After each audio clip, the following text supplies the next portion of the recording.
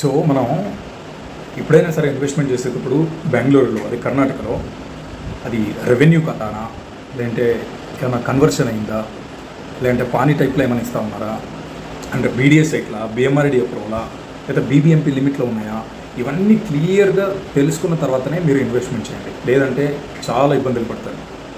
ఇప్పుడు చాలా layouts, more than 10,000 20,000 layouts బెంగళూరులో ఉన్నాయి. హార్డ్లీ ఒక 20-30% మాత్రమే అప్రూవల్ ఉన్నాయి. రేరా అప్రూవల్ కావచ్చు, బిఎంఆర్డీ అప్రూవల్ కావచ్చు, బీడీఏ అప్రూవల్స్ కావచ్చు, డీసీ కన్వర్షన్ అయిండేవి కావచ్చు, కొన్ని మాత్రమే అలా జరుగుతున్నాయి.